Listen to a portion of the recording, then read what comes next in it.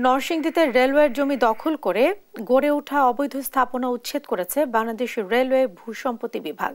সোমবার দুপুরে নরসিংদী রেলওয়ে স্টেশনের পাশে আরশিনগর রেল ক্রসিং থেকে বাদুয়াচর রেলগেট এলাকায় এই অভিযান চালানো হয়। অভিযানে নেতৃত্ব দেন রেলওয়ের ঢাকা বিভাগীয় ভূসম্পত্তি কর্মকর্তা নাসির উদ্দিন মাহমুদ। এ সময় ভেকু মেশিন দিয়ে অবৈধভাবে গড়ে ওঠা প্রায় শতাধিক দোকান ও স্থাপনা গুঁড়িয়ে দেওয়া হয়।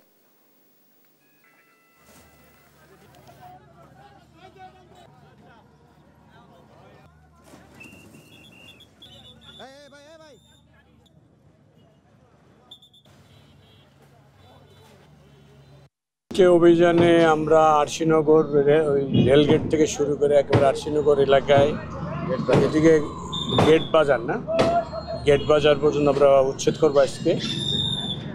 আর ততক্ষণ লাগে আর কি, যদি আজকে শেষ না আগামীকালও করবো। আমাদের টানা 4 দিনের উচ্ছেদ আছে এখানে।